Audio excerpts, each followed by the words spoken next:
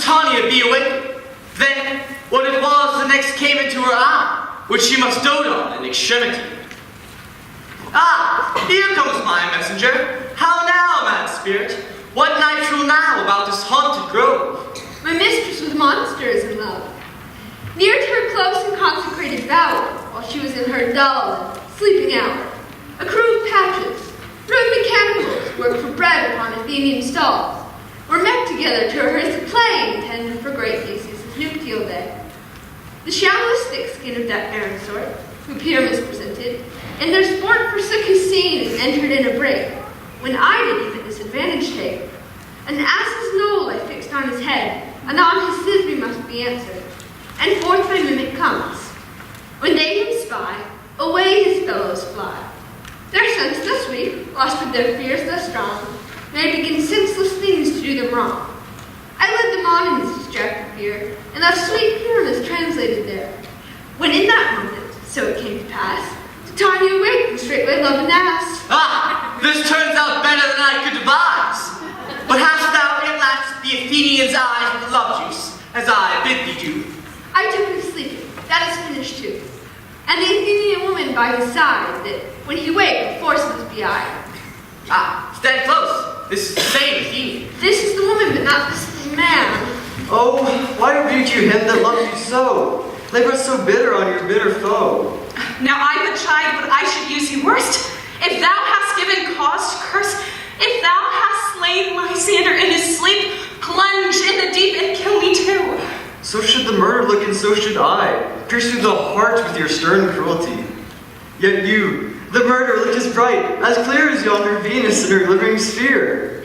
What's this to my Lysander? Where is he? Eh, good Demetrius, wilt thou give him me? I'd rather give his carcass to my hounds. Out, dog, out, cur! Thou hast drivest me past the bounds of maiden's patience. Hast thou slain him then? You spend your passion on a misprized mood. I am not guilty of Lysander's blood, nor is he dead, for aught that I can tell. I pray thee, then tell me he is well. And if I could, what should I get therefore? A privilege never to see me no more. And from thy hated presence part I so, see me no more, whether he be dead or no. There is no following her in this fierce vein. Here therefore for a while I shall remain. What hast thou done? Thou hast mistaken quite, and laid the love juice on some true love sight. Of this misprision must perforce ensue some true love turned on false turned true. Then one man holding troth, a million fail confounding both on oath. About the wood go swifter than the wind, and held on Athens looked out fine. All fancy 6 years and pale of cheer, with sighs of love that cost the fresh blood dear. By some illusion see thou bring her here, and I'll charm his eyes, again she do appear. I go, look how I go, swifter than an arrow from the Tartar's bow.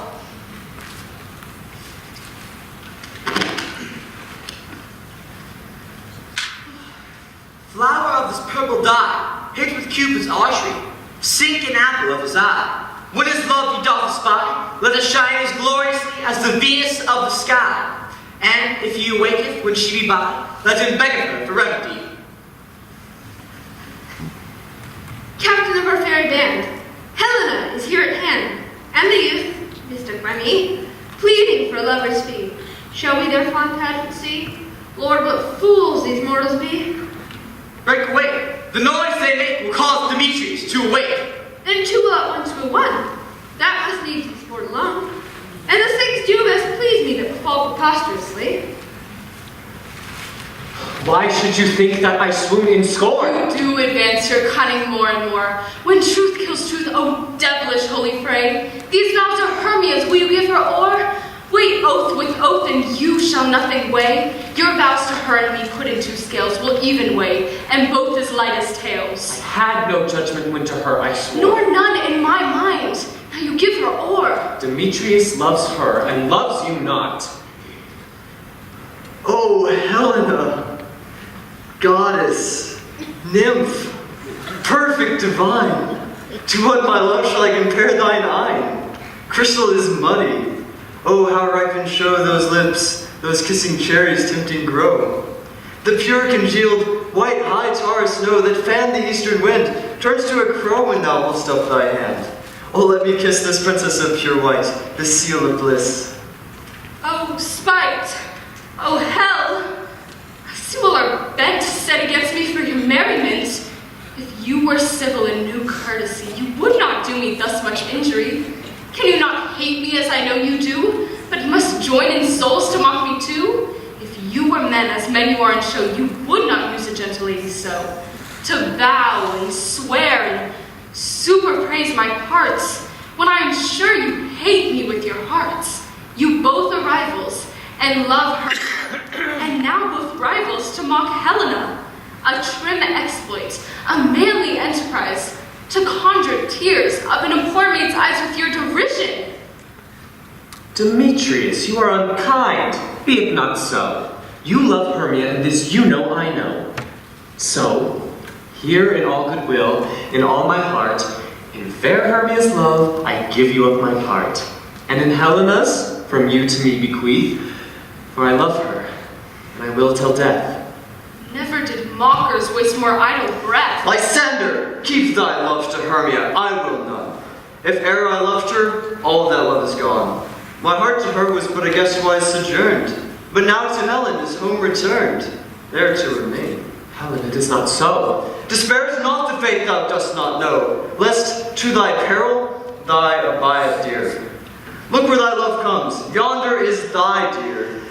Dark night that from the eye his function takes, the ear more quick of apprehension makes. It does not compare the seen sense, but pays double in recompensance. Not by mine eye Lysander found, but by mine ear I think it. But why unkindly didst thou leave me so? Why should he stay? Whom doth love press to go? What love could press Lysander from my side? Lysander's love that would not let him bide. Who more than gilds the night than you with your fiery O's and eyes of light? Why seekest thou me? I could never know. Maybe it's my hate that made me leave thee so. You speak not as you think. It cannot be. Lo, she is one of this confederacy. Now I perceive they have conjoined all three to fashion this false sport in spite of me. Injurious Hermia, most ungrateful maid. Have you conspired? Have you with these contrived to bait me with this foul derision? Is all the counsel that we two have shared, the sisters' vows, the hours that we have spent when we have tried the hasty-footed time for parting us? Oh, is it all forgot? All school days' friendship, childhood innocence, and will you rent our ancient love asunder in scorning your poor friend? It is not friendly, 'tis not maidenly. Our sex as well as I may chide you for it, but I alone do feel the injury. I am amazed at your passionate words. I not scorn you, yet it seems you scorn me. Have you not set Lysander in scorn, to follow me and praise my eyes and face, and made your other love Demetrius, who even but now did spurn me with his foot, to call me goddess, nymph, divine and rare, precious celestial? Wherefore speaks he this to her he hates? And wherefore doth Lysander deny your love, so rich within his soul, and tender me forsooth affection, but by your setting on by your consent? I understand not what you mean by this. I do persevere counterfeit sad looks, make mouths upon me when I turn my back. Hold the sweet jest up. This sport well carried shall be chronicled. If you have any pity, grace, or manners, you would not make such an argument. But fare ye well, 'tis partly my own fault, which death or absence soon shall remedy. Stay, gentle Helena, hear my excuse. My love, my life, my soul, fair Helena. Oh, excellent. Lysander, where do you tend all this? Away, you Ethiope. Hang off, thou cat, thou bird, vile thing, or I'll shake thee from me like a serpent. What changes this? Why have you grown so rude, sweet love? Thy love out, tawny totter, out! Out, hated potion, loathed medicine, hence. Do you not jest? Yes, sooth, and so do you. Demetrius, I will keep my word with thee. I would not hide your bond, for I perceive that a weak bond holds you. I'll not trust your word. What? Should I strike her, hurt her, kill her dead? Although I hate her, I'll not hurt her so. Hate me? Wherefore? Oh me, what was my love? Am I not Hermia? Are you not Lysander? I am as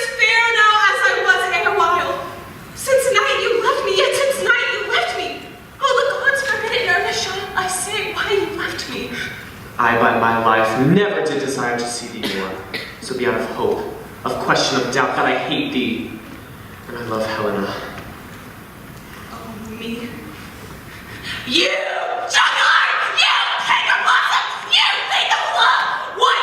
Have you come by night and stolen my lover's heart from me? Fine in faith. Have you no maidenship, no touch of bashfulness? What? Will you tear impatient answers from my gentle tongue? Fie, you counterfeit, you puppet, you! Puppet? Why so? Ain't that way goes the game. Now I have perceived that she hath made compare between our heights. Why? Because I am so dwarfish and so low? How low am I? Now painted maple speak. How low am I? I am not so low. Crawl my nails into thine eyes! I pray you, though you mock me, gentlemen, let her not hurt me. I was never cursed. I have no gift at all in shrewishness. I am a right maid for my cowardice. You perhaps may think because she is something lower than myself, that I can match her. Lower? Hearken then! Good Hermia, do not be so bitter with me. I evermore did love you, Hermia. Keep that in love unto Demetrius. I told him of yourself unto this wood. He followed you. For love, I followed him. But he hath chid hence and threatened to spurn me, strike me, nay, to kill me. And so, will you let me quiet go to Athens? Will I bear my folly back and follow you no further? You see how simple and how fond I am. What get you gone? Who is that hinders A you? foolish heart that I leave here behind. What, with Lysander? With Demetrius. Stay, gentle Helena. She shall not harm thee so. No, sir, she shall not, though you take her part. Oh, when she's angry, she is keen and shrewd. She was a vixen when she went to school, and though she be but little, she is fierce. Little? Nothing but long and little! How will you let her flout to meet us? Let me come. Be gone, you dwarf! You minimus, you hindering knotgrass maid! You bead! You acorn! You are too officious in her behalf that scorns your services. Let her alone. Speak not of Helena. For, if thou dost intend never so little show of love to her, thou shalt abide it. Now she holds me not. Now follow if thou darest, and let's see who's right, thine or mine, is most in Helena's. Follow? Nay, I'll go with thee, cheek by jowl.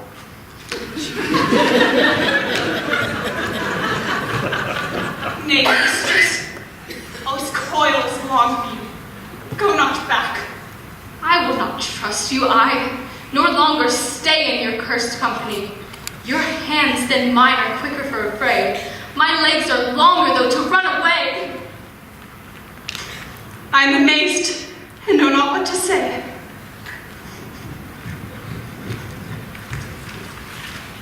This is thy negligence. Still thou mistakest, or else committest thy knaveries willfully. Believe me, King of Shadows, I mistook. Did you not tell me I should know the man by the Athenian garments he hath on? And this far blameless proves my enterprise that I have anointed in Athenians' eyes. And so far my glad it so consort, as this their jangling I esteem sport. Thou seest these lovers seek a place to fight.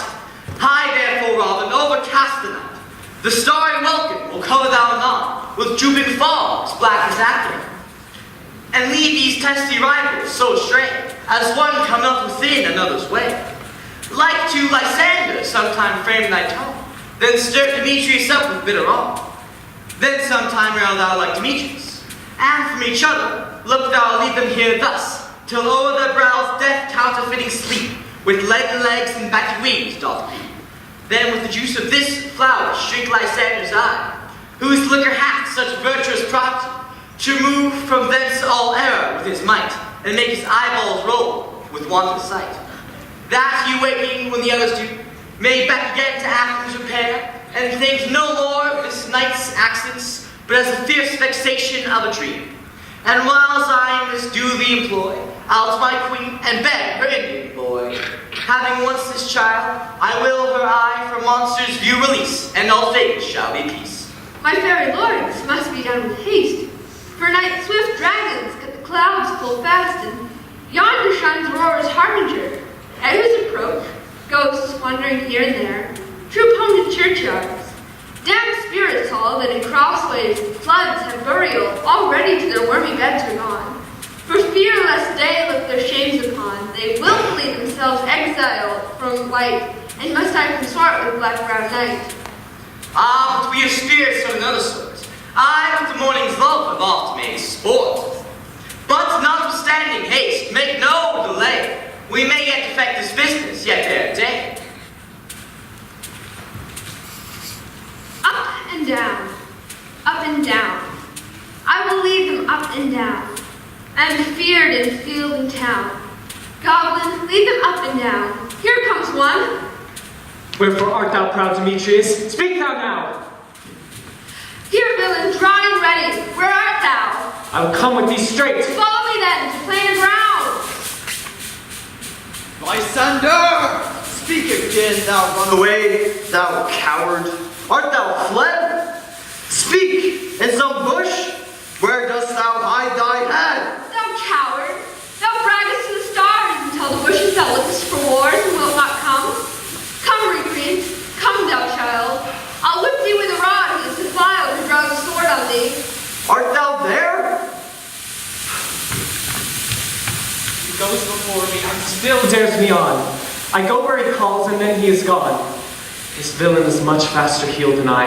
I come fast and faster did he fly. So lay upon me on this rough and stricken ground for my spite and revenge in Demetrius. Ho, ho, ho, coward, why comest thou not? Abide me if thou darest, for well I wot thou runnest before me, shifting every place, and darest not stand, nor look me in the face. Where art thou now? Come hither, I'm here.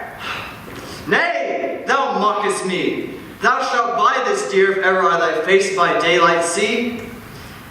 Get thee gone. Faintness constraineth me to measure out my length. Upon this cold bed in day's approach look to be visited. O weary night, O long and tedious night, abate thy hour. Shine comforts from the east that I may back to Athens by daylight, from these that my poor company detest, and sleep that sometimes shuts up sorrow's eye. Steal me a while for mine own company. Yet but three. Come when more, two of both kinds make up four. Here she comes, cursed and sad. Cupid is knavish lad, thus to make poor females mad. Never so weary, never so in woe, bedabbled with the dew and torn with the briars. My heart can no longer keep up with my desires. Here will I rest on the bank until the end of day. Heaven shield Lysander, if they meet a fray. On the ground sleep sound. I'll apply to your eye, gentle lover, remedy. When thou wakest, thou takest true delight in the sight of thy former lady's eye.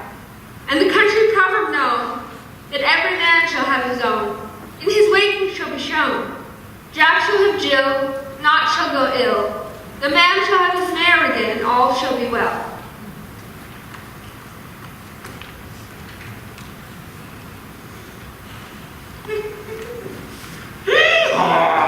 Come, sit thee down upon this flowery bed, while I thy amiable cheeks do coy, and stick musk roses in thy sleek smooth head, and kiss thy fair large ears, my gentle joy. Where's Peas Blossom? Ready, Scratch my head, Peas Blossom. Where is Monsieur Cobweb? ready. Ah, Monsieur Cobweb, good Monsieur, get your weapons in hand and kill me a red-hipped humblebee atop a thistle, good Monsieur. And may I say, take utter caution, for I would hate to have you overflown by a honeybat, good Monsieur. Where is Master Mustard Seed? Ready. Master Mustard Seed, good master, please give me your leave. And pray you, leave your courtesies behind, good Monsieur. What, wilt thou hear some music, my sweet love? I have a reasonable ear in music. Let's hear the tongs and the bones. Or perhaps, my love, what thou desirest to eat? Truly, a peck of provender, or hay. Sweet hay. Hay hath no fellow. I have a venturous fairy that shall seek the squirrel's hoard and fetch thee new nuts. I would rather have a handful or two of dried peas. But pray you, tell your people to leave me, for I have an exposition of sleep to come upon me. Sleep thou, my love. Fairies, be gone. and be always away. So doth the woodbine and the honeysuckle gently entwist. The female ivy so embraces the barky fingers of the elm. Oh, how I love thee, how I dote on thee.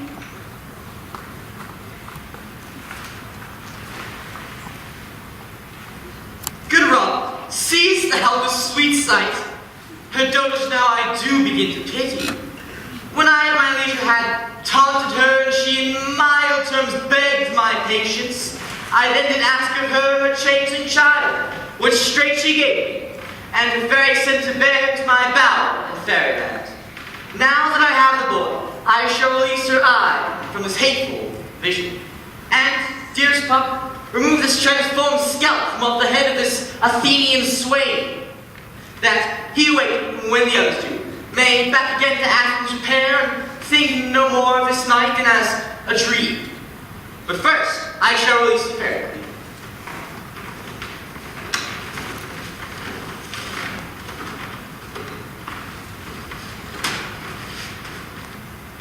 Be as thou wast wont to be, see as thou wast wont to see.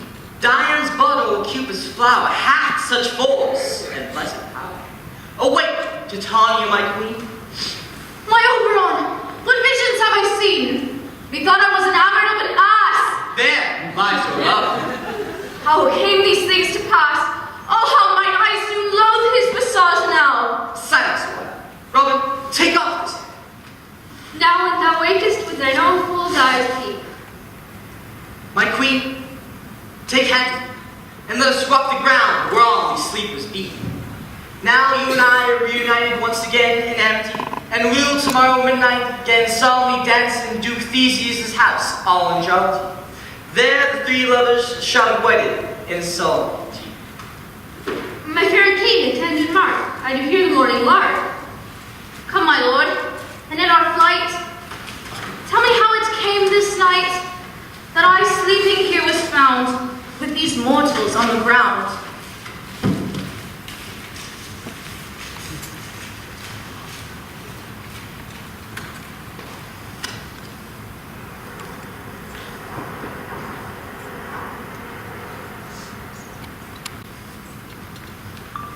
Go one of you, find out, Forster, for now our observation is performed, and since we have the favorite of the day, my love shall hear the music of my hounds and couple in the western valley.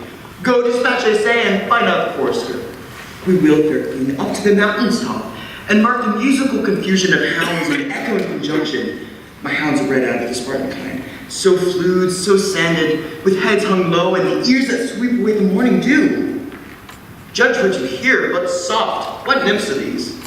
My lord, this is my daughter here, and this Lysander, this Demetrius, and this Helena, well, later's Helena.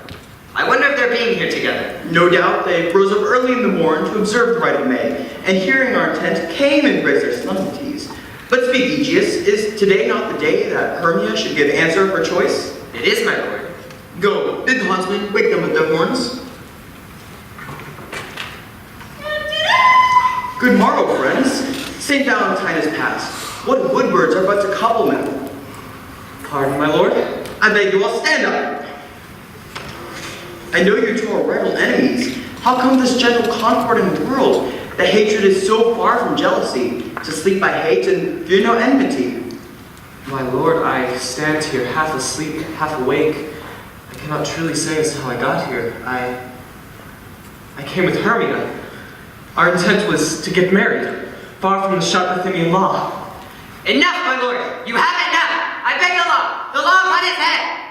Yeah, they would have stolen away, they would. Demetrius, thereby to have defeated you and me. You of your wife, and me of my consent. My consent that she should be your wife! My lord, fair Helen told me of their stealth, of this their purpose hither to this wood, and I in fury hither followed them. Fair Helen in fancy following me.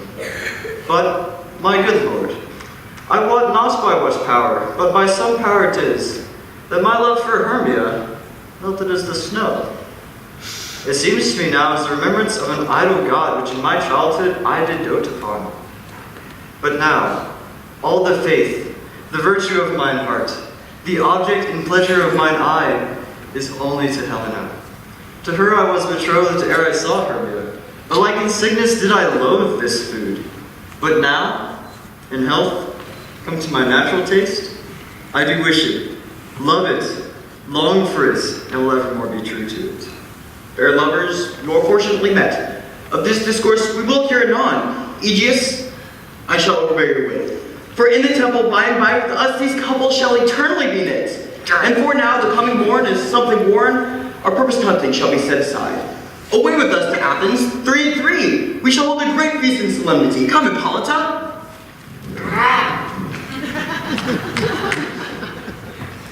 My friends, these things seem small and undistinguishable. Methinks I see things with parted eye, when everything seems double. So methinks, and I found Demetrius like a jewel, mine own and not mine own. Are you sure that we are awake? It seems that yet we sleep. We dream. Was not the Duke here and bid us follow him? Yea, and my father. And Hippolyta. And he did bid us follow to the temple. Then we are awake. Let us go to the temple, and on the way, let us recount our dreams.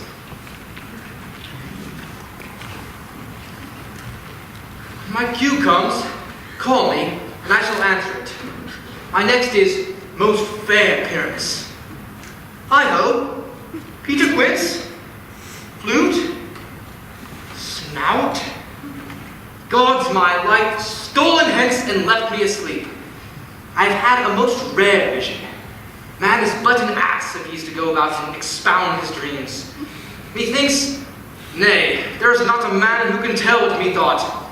Eyes hath not heard, ears hath not seen, tongue hath not tasted, nor hands conceived the dream that I have had. I shall have Peter Quince write me a ballad of this dream. It shall be called Bottom's Dream, because it hath no bottom. Furthermore, to make it all the more gracious, I shall sing it for the Duke and the Duchess at her death.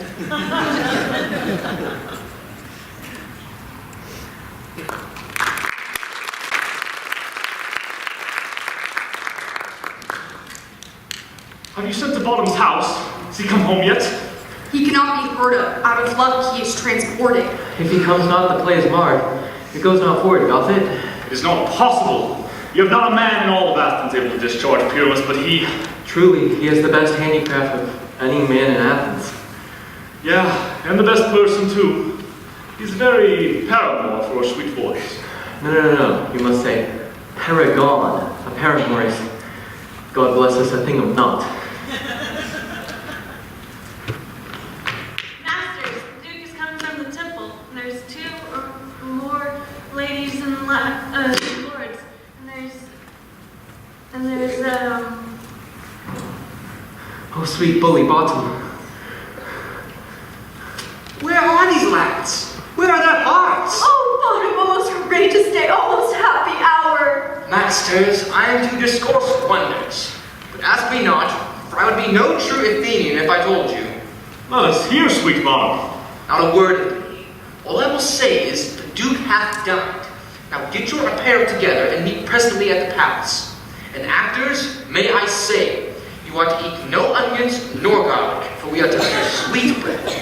I have no doubts that the Duke will say it is a most gracious play. Now come, rehearse!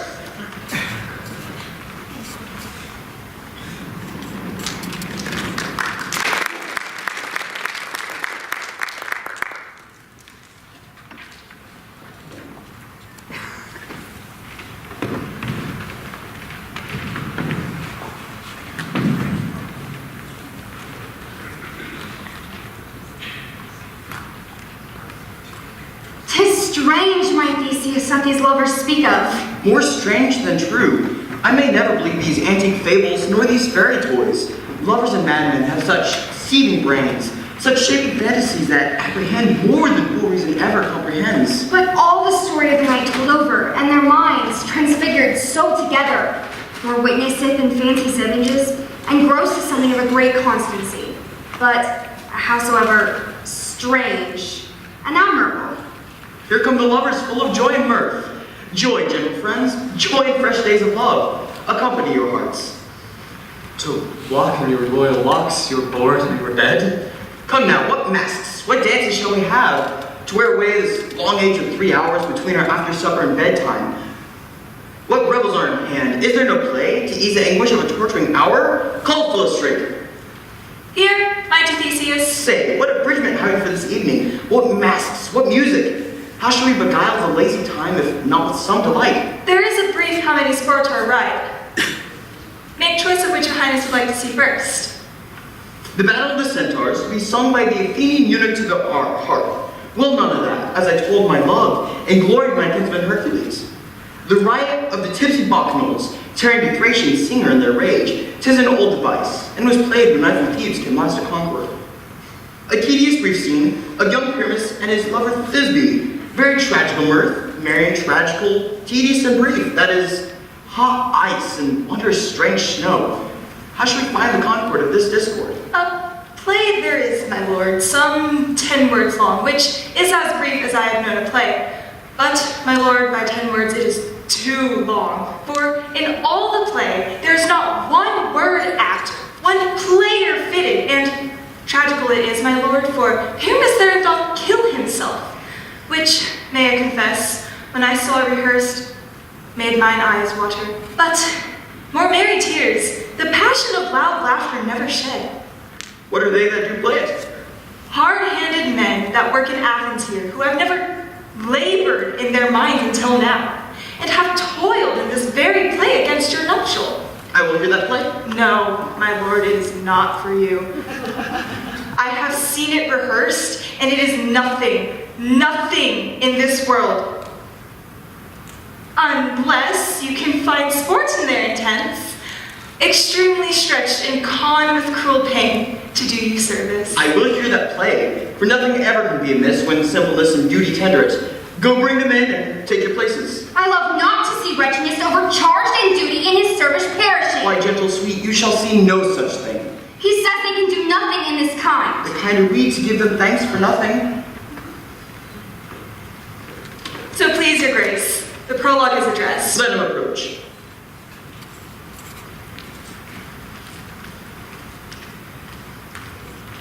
If we offend, it is with our good will.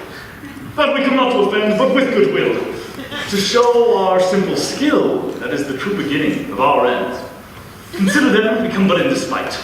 We do not come as minded to test you, our true intent is all for your delight. We are not here that you should here repent you, the actors are at hand, and by their show you will know all that you are like to know. This fellow doth not stand upon points. He hath read his prologue like a rough colt. A lesson, my lord, it is not to speak enough, but to speak true. Indeed, he had play on his prologue like a child on a recorder. A sound, but not in government. His speech was like a tangled chain, nothing impaired, but all disordered. Who is next? Gentles, perchance you wonder at this show. But wonder on, till truth make all things plain. This man is Pyramus. If you would know, this beauteous lady, Thisbe, is certain. This man, with line and rough cast, doth present war, that vile war which did these lovers sunder, and through walls chink poor souls, they are content to whisper. At which, let no man wonder, this man with lanthorn, dog, and bush of thorn presenteth moonshine. For by moonshine did these lovers think no scorn to meet at Ninus' tomb, there to woo. This grisly beast, which lion hight by name, the trusty Thisbe coming first by night, did scare away, or rather did affright. And as she fled, her mantle she did fall, which lion vile with bloody mouth did stain. Anon comes Pyramus, sweet youth and tall, and finds his trusty Thisbe's mantle slain. Whereat with bloody blameful blade, he bravely broached his boiling bloody breast. And Thisbe, tearing the mulberry shade, drew his dagger and died. For all the rest, let line, moonshine, wall, and lovers twain, at large discourse, while here they do remain. I wonder if the lion be to speak.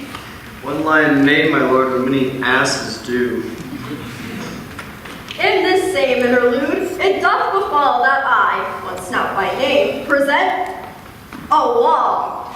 And such a wall as I would have to think would have in it a cranny hole or chink, through which the lovers, pyramids and Thisbe, whisper often, very secretly. This loam, this rough cast, this stone doth show that I am that same wall, the truth is so. And this cranny is, bright and sinister, through which the fearful lovers are to whisper. Would you desire lime and hair to speak better? 'Tis the wittiest partition that ever I've heard discourse, my lord. Pyramus draws near the wall. Silence! Oh, grim looked night, oh, night so black with you, I fear my Thisbe's promises forgot. And oh, wall, sweet, lovely wall, alack, alack, alack, show me thy chink, through which I am to blink with mine eye. Oh, nice wall, but what I see, not my Thisbe at all. Oh, wall, cursed be thy stones for deceiving me. The wall, methinks, being sensible, should curse again. Oh, no, sir, in truth he should not. Thisbe's cue is deceiving me. She is to enter now. It will fall pat as I told you. Yonder she comes. Oh, wall, full often hast thou heard my moans for parting my fair Pyramus and me. Often have I kissed thy stones with hair and lime knit up in thee. I can hear my Thisbe's face. I see your voice. Thisbe? My love, thou art my love, I think. And like Lenander, I am trusty still. And I like Helen till the fates me kill. As shaftless to progress was ever so true. Shaftless to progress I to you. Oh, Thisbe, kiss me through the hole of this vile wall. I kiss the wall's hole, not your lips at all. Thisbe, wilt thou be administered to me straight away? Tide life, tide death, I come without delay. And thus I, wall, my part discharge so, and being done, wall away doth go.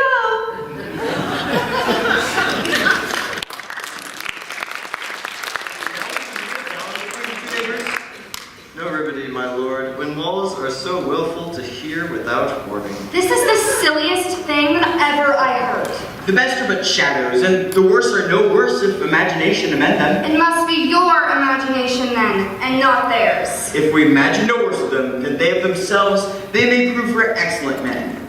Here come two noble beasts, then, a man and a lion.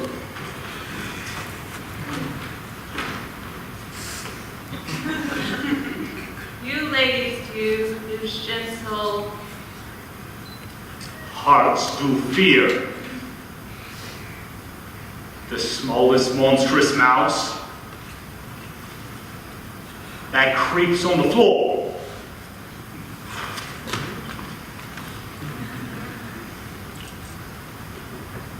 hearts do fear, the smallest monstrous mouse that creeps on the floor may now perchance both quake and tremble here when the lion rough in the wildest rage doth roar.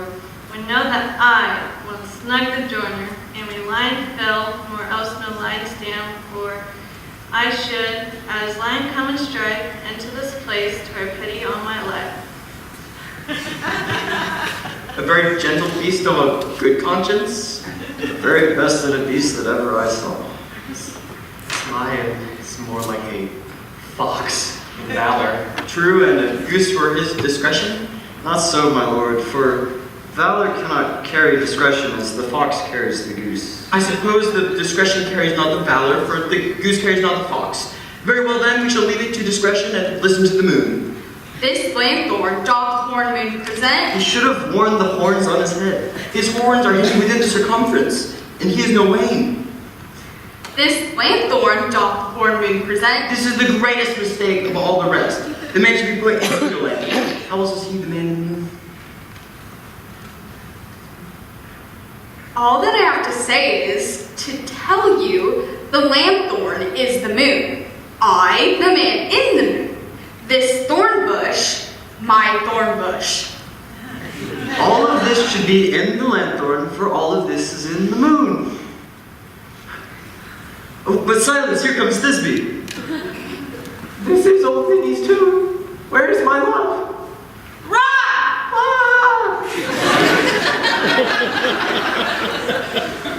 Well roared, lion. Well run, Thisbe. Well shown, Moon. Truly, the moon shines with a good grace. Well moused, lion. And half the lion vanished. And then came Pyramus. O moon, I thank thee for thy sunny beams. I thank thee for shining bright. But say, O spite, a dear dark night, O dainty duck, O Doyle, eyes, do you see? How can it be? What hath befallen my Thisbe? Thy mantle good? What, stained with blood? Approach, ye furies fell, and crush, quail, conquer, and conclude. This passion and the death of a dear friend would go near to make a man look sad. Beshrew my heart, but I pity the man. O wherefore, nature, wert thou lion so vile? That vile lion hath deflowered my dear. She was the fairest dame that loved, that looked, that lived. Out tears, confound, out sword and wound. The path of Pyramus, aye, the left path, where the heart doth hop. Now I die, thus. Now I am dead. My soul is in the sky. Out, tongue, be light, and go, moon, take flight. Now die, die, die, die, die, die. No die but an ace for him, for he is but one. An ace man? He's dead. He's nothing. With the help of a surgeon, he might yet recover and prove an ass. How chance moonshine is gone before Thisbe comes back and finds her lover? She shall find him by starlight, and her passion ends the play. Methinks she should not use a long one for such a Pyramus. I hope she will be brief. Asleep, my love? What, dead? My dove? O Pyramus, arise! Speak, white dove. Dead? A tomb must cover these sweet eyes, these my lips, this cherry nose, these yellow cowslip cheeks are gone! Lovers make moan, for his eyes were spring as leaks. O sisters three, come to me, lay them in gore since you have shore, with shears his thread of silk. Tongue, not a word, come blade, and breast and brew. And farewell, friends, thus this ends. Adieu.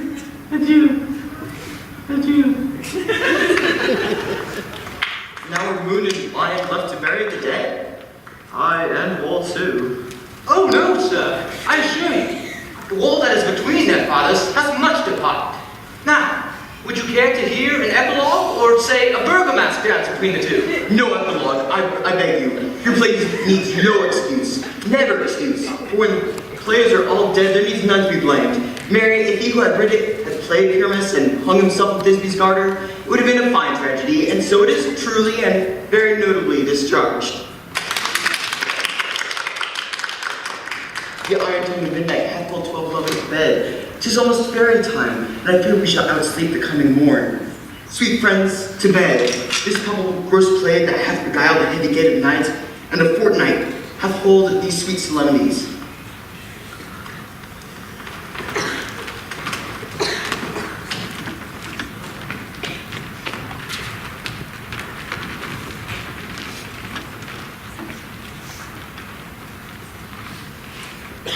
Now the hungry lion roars, and the wolf behowls the moon. Whilst the heavy plowman snores, all his weary tasks are done. Now the wasted brands do glow, whilst the screech owl, screeching loud, puts the wretch that lies in woe in remembrance of a shroud. Now it is that time of night, the graves all gaping wide, every one that's forth his sprite, in the church may pass to glide. And we fairies that do run by the triple Hecate's team, from the presence of the sun, following darkness like a dream. Now our frolic, not a mouse shall disturb this hallowed house, and I am sent with broom before to sweep the dust behind the door. Through the house give gathering light, by the dead drowsy fire. every elf and fairy sprite, hop as light as bird from briar. And this ditty, after me, sing and dance it should be me. First rehearse your song by rote, to each word a warbling note. Hand in hand with fairy grace, we will sing and bless this place. To the best bride bed shall we, which by us ever shall blessed be, and the issue there create ever shall be fortunate, and the lovers three ever shall in loving be, and the plots of nature's hand never shall in issue stand. Every fairy take his gate, and each several chamber bless through this house with great peace, and the owner of it blessed ever shall in safety rest. Trip away, make no stay, meet me all ere break of day.